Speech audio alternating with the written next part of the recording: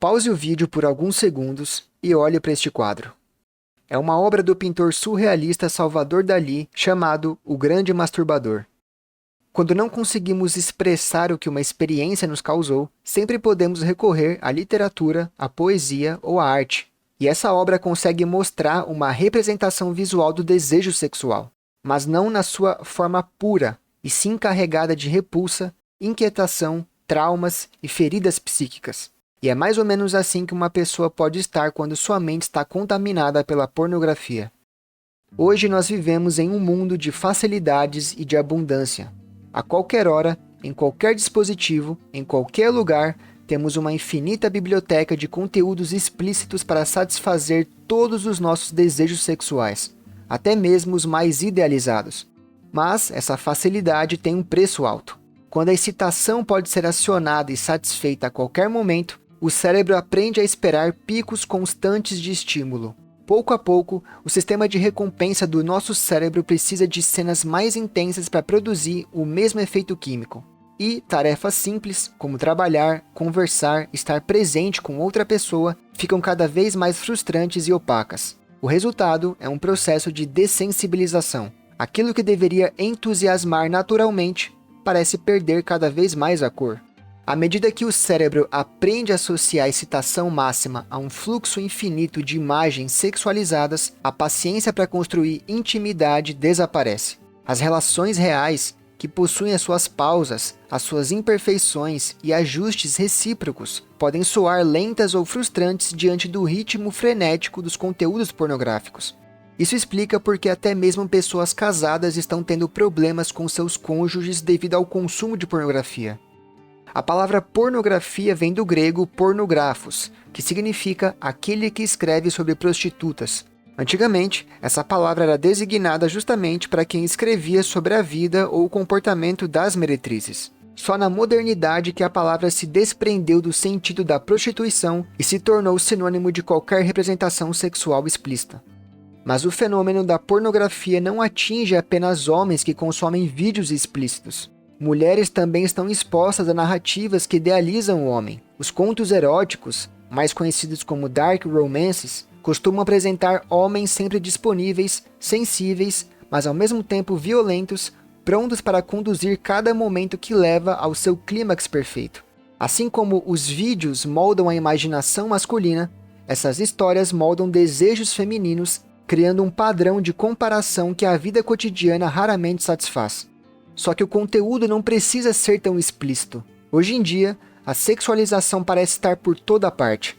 Nas músicas que você ouve, no seu feed da rede social, nos memes, nas séries e filmes que você assiste. Elas aparecem de forma direta ou sugerida centenas de vezes por dia. Essa sutileza vai moldando padrões e construindo idealizações sem percebermos. Ao mesmo tempo que se tornou parte do nosso cotidiano, a exposição parece que nos deixou mais isolados uns dos outros. Dessa forma, as pessoas passam a se refugiar cada vez mais no seu mundo de imagens projetadas. Nesse vídeo, vamos entender como a pornografia se infiltra no nosso inconsciente e por que é tão difícil parar com seu consumo. Também vamos entender que o desejo sexual não é um mal a ser extirpado, e sim um impulso natural que deve ser entendido, limitado e contido, assim como todos os outros impulsos. E por fim, vamos aprender a como dessexualizar a nossa mente para podermos encontrar novamente as cores do mundo. Fique comigo até o final do vídeo.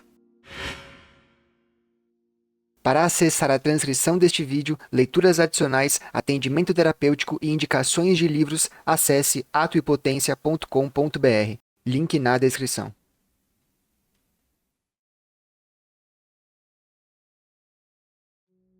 Todo ser humano nasce governado pelos instintos. É uma tensão física que se manifesta como uma pressão interna que precisa ser descarregada. De acordo com Sigmund Freud, o pai da psicanálise, a corrente de energia que move esses instintos é chamada de libido. No início da vida, essa energia se move guiada exclusivamente pelo princípio do prazer. Qualquer tensão interna deve ser descarregada tão rápido quanto possível, porque o aparelho psíquico imaturo não suporta longos períodos de excitação. Dessa forma, a fome do bebê, por exemplo, leva-o a chorar. A mãe, então, o amamenta e a calma retorna. ou seja, a tensão alivia. Esse circuito primário grava a lição de que basta desejar para receber alívio imediato. Só que, com o crescimento do indivíduo, a realidade começa a impor limites. O objeto de satisfação, que pode ser a mãe, já não aparece ao primeiro pedido. As frustrações, então, se acumulam e o ego, que é o centro da consciência, aprende aos poucos a adiar o prazer para manter-se em sintonia com o mundo externo. Esse ajuste chama-se princípio da realidade. Ele não elimina o impulso, ele apenas o regula, fazendo o indivíduo buscar meios viáveis, socialmente aceitos e temporalmente adequados para reduzir a tensão. A passagem do princípio do prazer para o princípio da realidade marca o processo de maturação psíquica, que é quando toleramos incômodos por um benefício maior no futuro. Mas sempre que esse processo de amadurecimento encontra lacunas, seja através de algum trauma, uma carência sofrida ou por falta de modelos que servem como guias, a mente procura atalhos para reativar o alívio instantâneo da infância. As drogas, a compulsão por jogos ou a pornografia oferecem exatamente essa rota curta de alívio da tensão.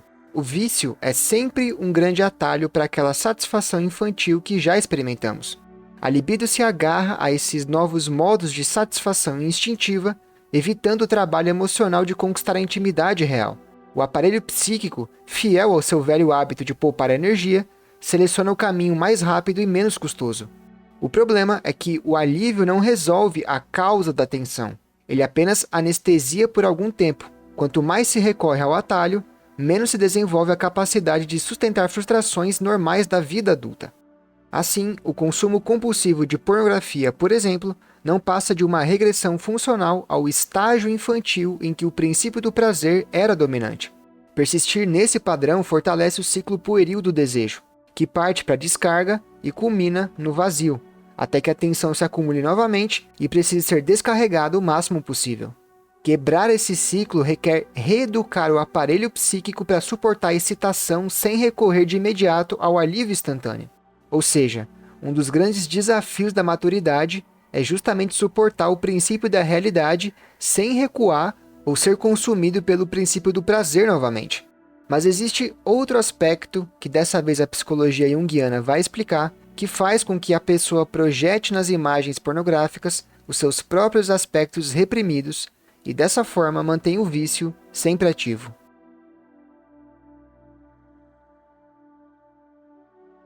A pornografia vai além dos impulsos físicos e químicos no corpo. Do ponto de vista da psicologia analítica, o conteúdo pornográfico dialoga diretamente com a sombra, é o conjunto de aspectos reprimidos da personalidade que, por não caberem na autoimagem consciente que fazemos de nós mesmos, permanecem dissociados da consciência.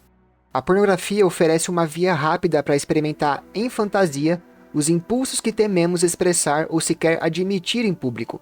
Ela se torna uma tela onde se projeta aquilo que o ego julga inaceitável. Isso pode ser a agressividade, a vulnerabilidade e a curiosidade por práticas vistas como tabu. Então, o ambiente online, anônimo e disponível 24 horas, reduz a vigilância moral e amplia esse espaço para que a sombra se manifeste sem os filtros da realidade. Esse processo cria um outro ciclo. Quanto mais conteúdo consumido, mais o ego se convence de que certos desejos só podem existir ali, levando então à repetição. Em paralelo a isso, se forma uma espécie de buraco de memória emocional. As experiências sensoriais intensas ficam registradas sem a devida integração afetiva, o que dificulta com que a pessoa lembre o que sentiu e por que sentiu aquilo. É daí que surge aquela sensação de vazio após o orgasmo, que é quando o ego, retornando abruptamente à realidade do cotidiano, leva a acreditar que nada parece tão estimulante quanto o que acabou de experienciar. Do ponto de vista junguiano, a energia psíquica gasta na compulsão é a libido que deixou de circular nos relacionamentos, no trabalho criativo e no processo de individuação.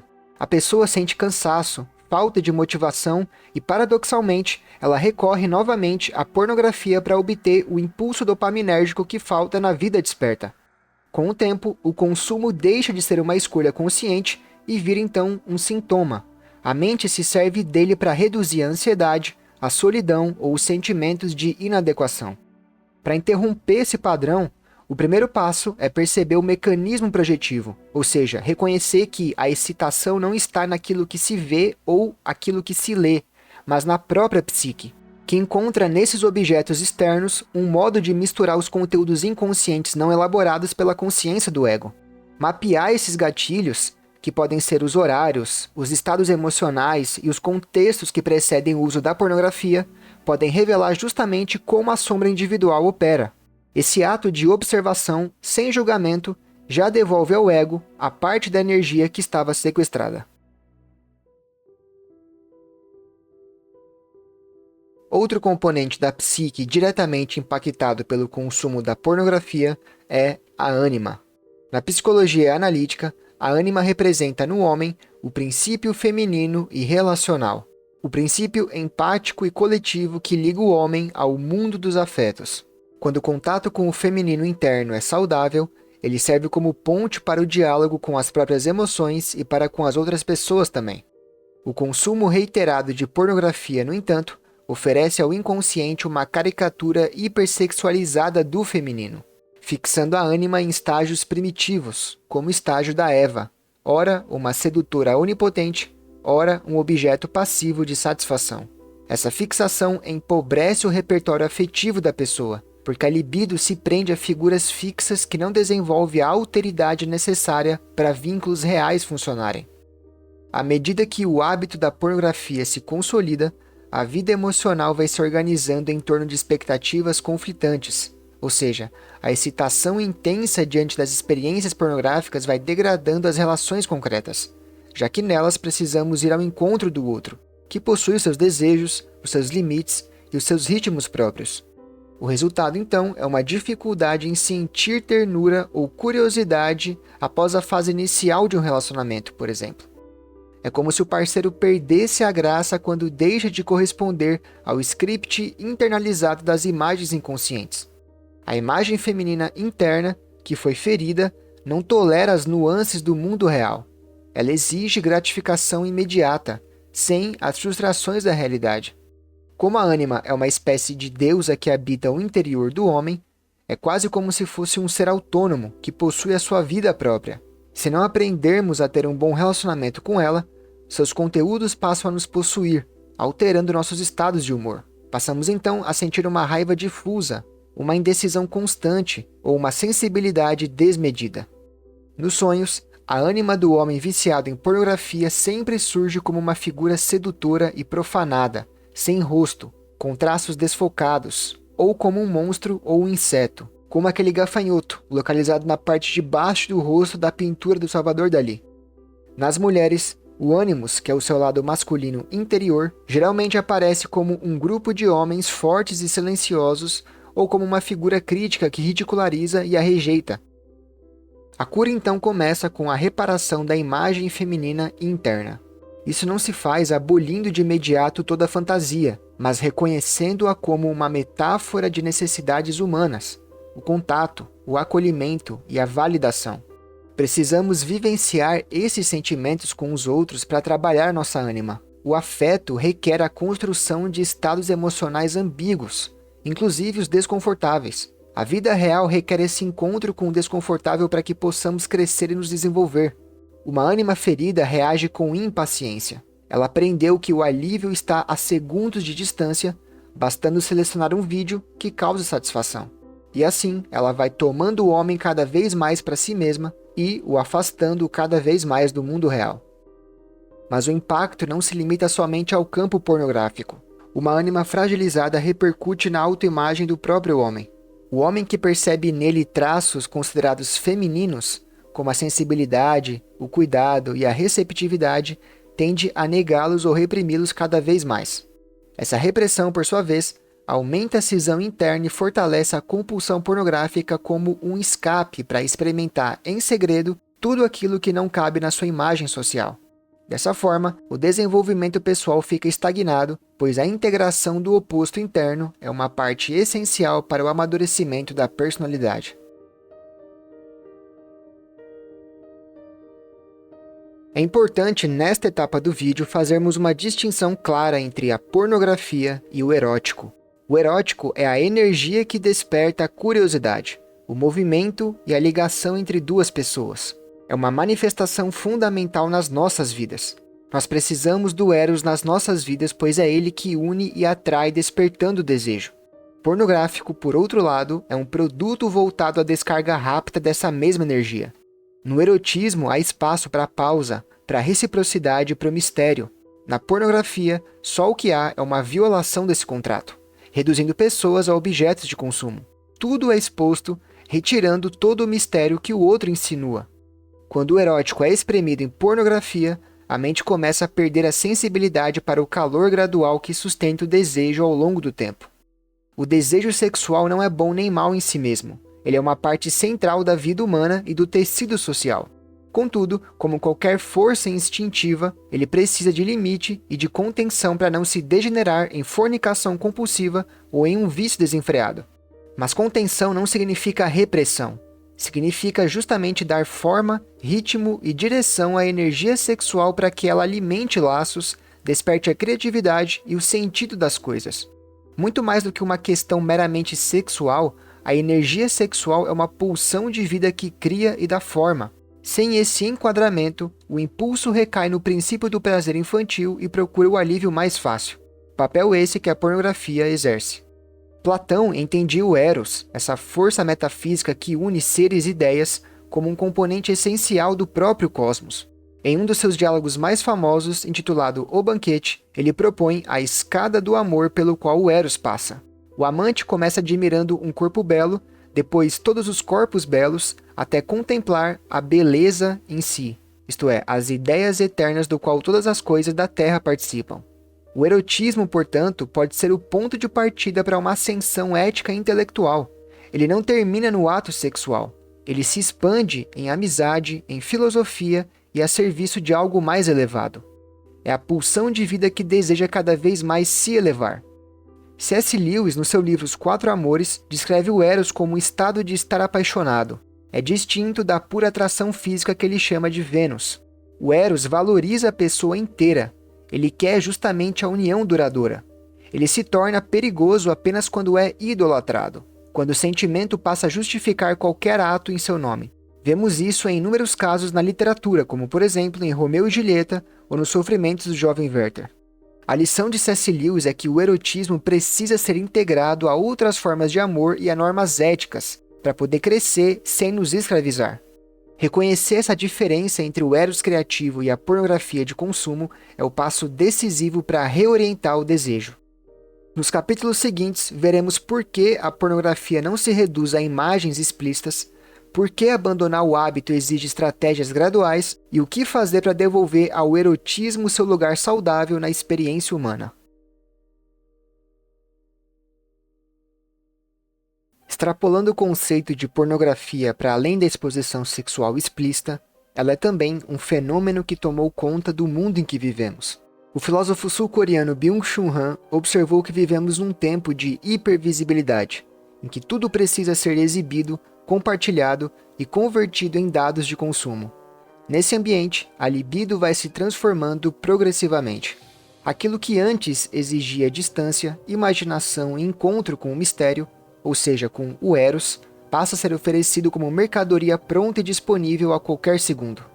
Byung-Chul Han, no seu livro A Agonia do Eros, afirma que o amor só nasce quando existe alteridade, ou seja, quando o outro permanece em parte inacessível para nós. Porém, a lógica do mercado e das redes sociais dissolve essa diferença, substituindo o Eros, a parte do outro que é um mistério, pela exposição crua. Byung-Chul Han chama esse processo de pornografização porque a pornografia expõe tudo de imediato, suprimindo o intervalo que, no erotismo, mantém o desejo aceso. O excesso de informação visual elimina a sombra, e com a sombra desaparecem o anseio, a surpresa e o risco que caracterizam o desejo autêntico. Byung-Chul Han extrapola o conceito da pornografia para o mundo social. Tudo é exibido sem mistério e, portanto, tudo se torna pornográfico.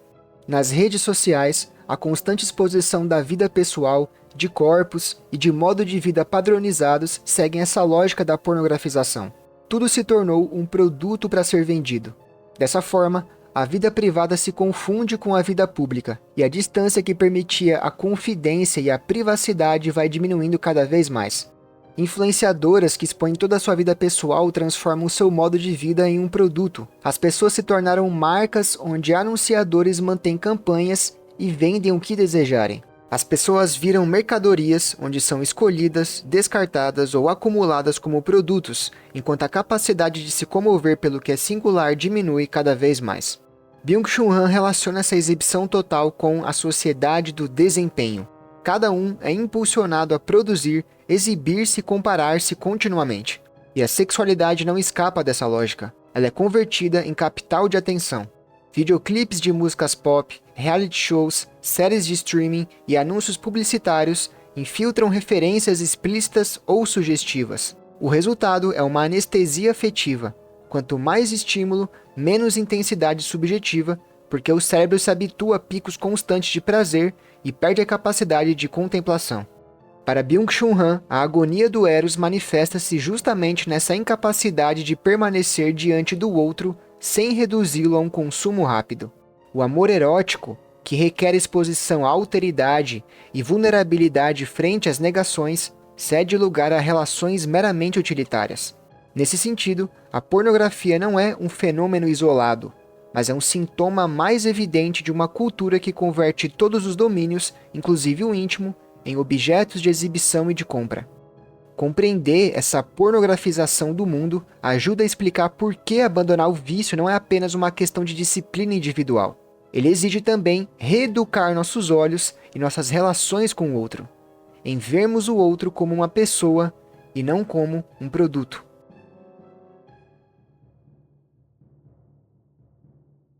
Interromper o ciclo compulsivo de consumo de pornografia exige mais do que bloquear sites ou desinstalar aplicativos.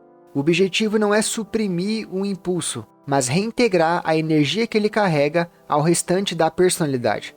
O primeiro passo, então, é tornar consciente o automatismo do processo. Para isso, você pode manter um diário, escrito logo após a vontade de buscar pornografia, para perceber a trilha por onde o seu desejo passa. Nesse diário, marque a hora, o seu estado de humor, as sensações corporais e os pensamentos automáticos quando você sentiu vontade de consumir pornografia. Ler as anotações algumas semanas depois vai te revelar padrões invisíveis no dia a dia e te devolver a possibilidade de escolha, sem cair no automatismo inconsciente. Com esses gatilhos identificados, você pode praticar a técnica da imaginação ativa, proposta por Carl Jung para dialogar com os conteúdos do inconsciente, onde você pode transformar fantasias em um riquíssimo material simbólico. Para isso, toda vez que você sentir vontade de acessar um vídeo, você fecha os olhos, respira fundo e permite que uma cena interna da sua imaginação se manifeste sem censura na sua consciência, e você então pode começar a narrá-la em voz baixa ou escrevê-la. O crucial é se manter participativo do processo. Você pode, inclusive, fazer perguntas para si mesmo e tentar respondê-las. Então, quando estiver visualizando a imagem na sua mente, se pergunte: o que você quer me mostrar além do prazer? Muitas vezes surgem temas de poder, medo de rejeição ou necessidades de autoafirmação. Quando tudo isso é simbolizado, o impulso perde parte da urgência, pois encontra um canal de expressão dentro da consciência. Esse processo de imaginação ativa pode ser melhor aproveitado com um acompanhamento terapêutico, pois muitas vezes as imagens que surgem do inconsciente podem perturbar ou exercer certo poder sobre a pessoa. Outra coisa fundamental é reduzir a dependência dopaminérgica. O cérebro precisa reaprender que há outras fontes de excitação além da superestimulação visual. Atividades de ritmo mais lento, porém imersivas, como fazer caminhadas na natureza, danças que possuem contato físico, artes marciais, pintura gestual, tudo isso alimenta a sua ânima sem deixar que ela o possua. A regra prática aqui é substituir a lógica da gratificação instantânea da pornografia por experiências que requerem um engajamento contínuo, nas quais o prazer cresce em etapas, permitindo assim o sistema nervoso regular-se de forma mais saudável e natural. Outro ponto é que, se você tem uma parceira ou um parceiro, é crucial que vocês se comuniquem sobre os seus desejos. Se você for sincero e conversar com o seu cônjuge, fazer acordos ou ouvir sem julgamentos desejos um do outro, o espaço erótico vai se abrindo cada vez mais e o campo da pornografia vai ficando cada vez mais contraído. Experiencie com seu parceiro toques sem roteiro definidos, exploração sensorial ou até mesmo insinuações. O intuito não é reproduzir cenas pornográficas, mas descobrir o ritmo orgânico do parceiro, onde a excitação e o afeto se modulam mutuamente, dando espaço então para que o eros floresça de novo no relacionamento. Outro elemento chave é a higiene do ambiente digital. Não se trata de demonizar a tecnologia, mas de assumir responsabilidade perante ela. Para isso, pare de seguir perfis hipersexualizados ou que vivem expondo a vida pessoal como mercadoria. Habilite a censura de conteúdos explícitos nas configurações da sua rede social e siga o mínimo necessário sobre arte, música ou desenvolvimento pessoal para começar a reeducar sua mente e dessexualizar o seu cérebro. Esse ajuste altera o campo simbólico da sua vida. Em outras palavras, ele enfraquece o complexo ligado à compulsão, pois reduz a frequente ativação das redes neurais associadas à pornografia. E, em todo caso, faça terapia. A terapia permite que você tenha um espaço seguro e acolhedor para que você possa externalizar frustrações, contar a sua história, confrontar sua vergonha e afrouxar o pacto secreto que mantém o vício, já que você vai precisar encarar sua sombra de perto. Por fim, o processo todo exige tolerância à frustração. Toda vez que a vontade surge e não é atendida imediatamente, o que acontece é um desconforto físico e emocional.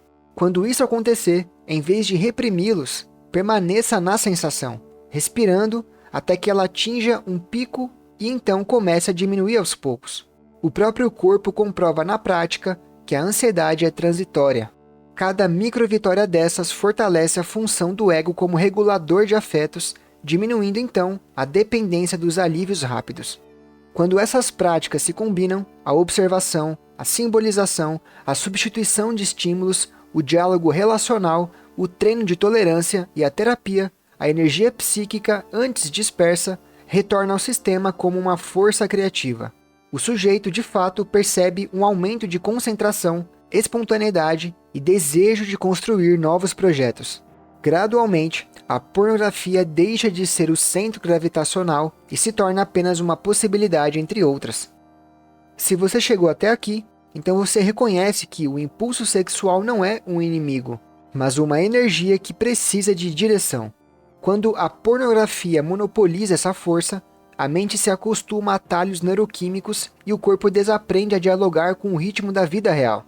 O passo decisivo é inverter essa lógica. Em vez de usar o desejo para fugir da realidade, use a realidade para dar profundidade ao desejo.